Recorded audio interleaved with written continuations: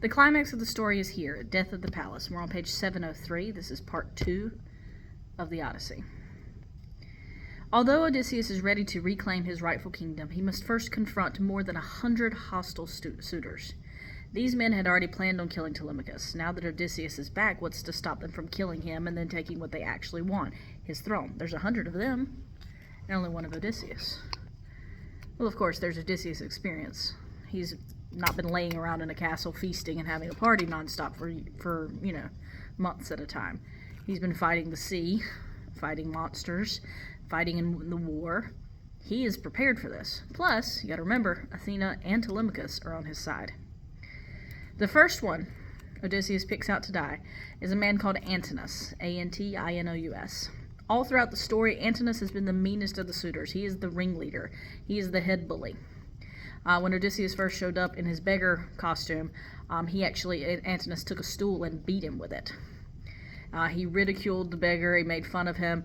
He's just kind of the head bully. And if you're gonna make it a statement, take out the leader, cut the head off the snake, and that's what Odysseus is about to do. Now, shrugging off his rags, the wiliest fighter of the island leapt and stood on the broad door-sill, his own bow in his hand. He poured out at his feet a rain of arrows from the quiver and spoke to the crowd. Okay, at this point, he has shot through the axe heads. He has basically won the right to marry Penelope, even though he's already married to her. And he's now standing amongst the suitors who have no idea that their weapons have been stolen from them and that Odysseus is standing in front of them. They just see an old beggar who's taken off his robes. He's not naked. He's just down to his smallest outfit, his underclothes. Okay? And now he's jumped up on the table with arrows all around him, strung bow in his hand. He yells out to the entire crowd, "So much for that. Your clean-cut game is over. Now watch me hit a target that no man has hit before, if I can make this shot. Help me, Apollo." Now, Apollo, if you remember, is the god of archery. And at this point, Odysseus drew to his fist the cruel head of an arrow for Antinous, just as the young man leaned to lift his beautiful drinking cup, embossed, two-handled, golden. The cup was in his fingers. The wine was even at his lips. And did he dream of death? How could he? In that revelry amid his throng of friends, who would imagine a single foe, though a strong foe indeed, could dare to bring death's pain on him and darkness on his eyes? Antinous isn't even paying attention. He made fun of the beggar, then walked off to go get a second plate and some more wine in his big fancy cup. He's drinking. He's partying. He's not paying attention. He should have. Odysseus' arrow hit him under the chin, punched up to the feathers through the throat. Backward and down he went. So the arrow punches through his throat, and the force of the arrow, how hard Odysseus shot it, is enough to carry him backwards as well. So Antinous falls backwards, letting the wine cup fall from his shocked hands.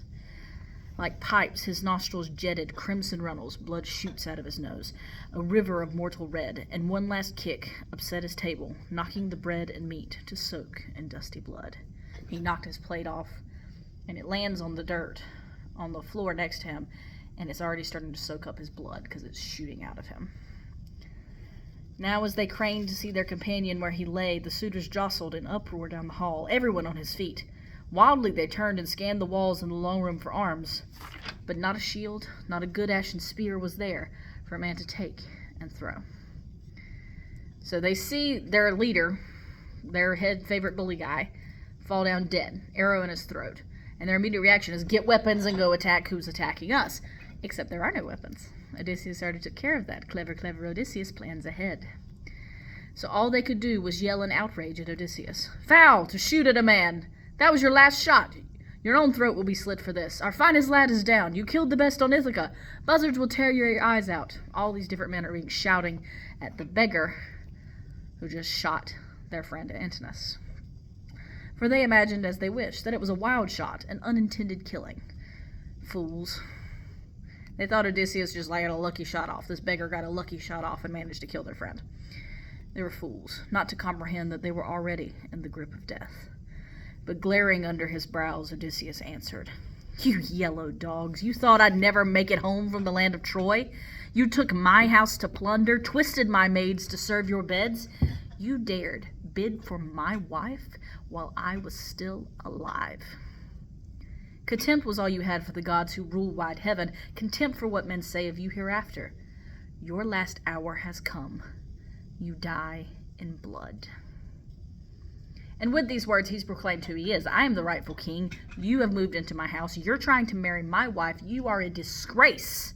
And you're disrespecting the gods on top of all that. You're all about to die.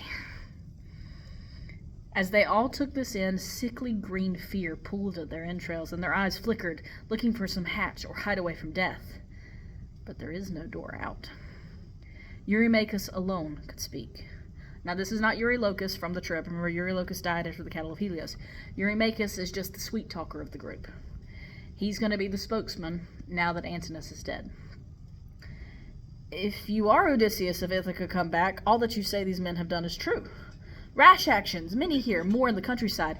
But here he lies, and he points at Antinous, the man who caused them all. Antinous was the ringleader. He whipped us on to do those things. He cared less for a marriage than for the power Cronion has denied him as king of Ithaca.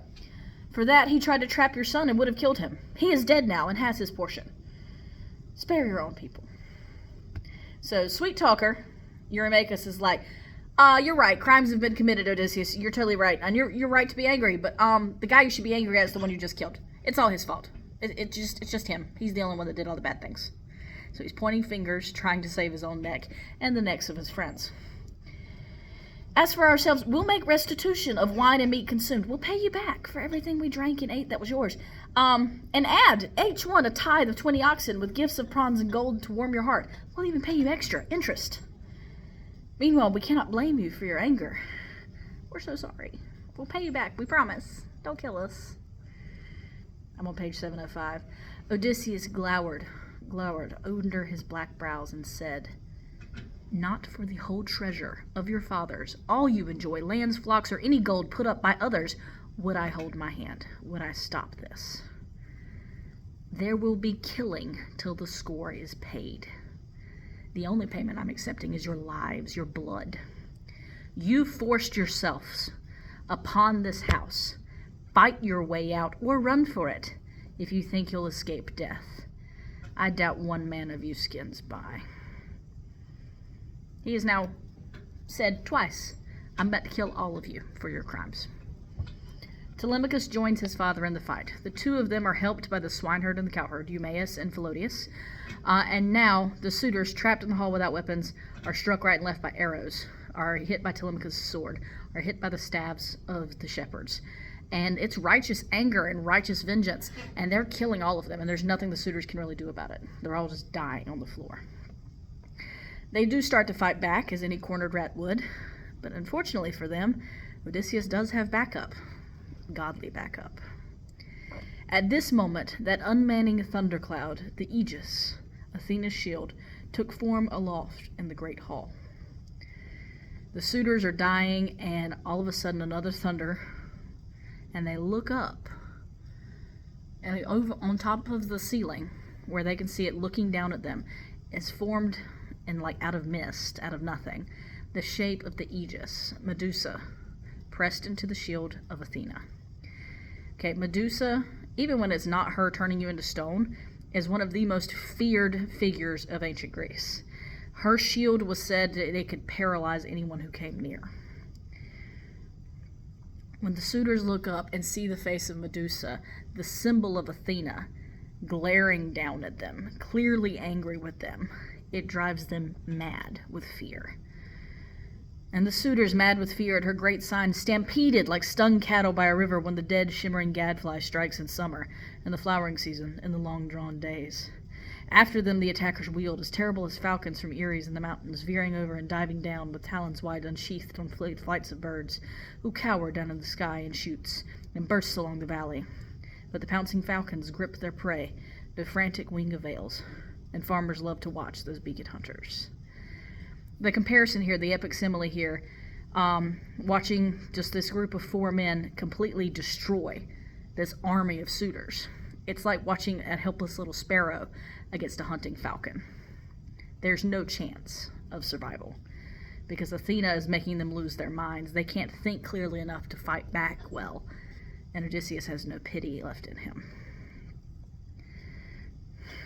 So these now fell upon the suitors in that hall, turning to strike, and strike again, while torn men moaned at death, and blood ran smoking over the whole floor.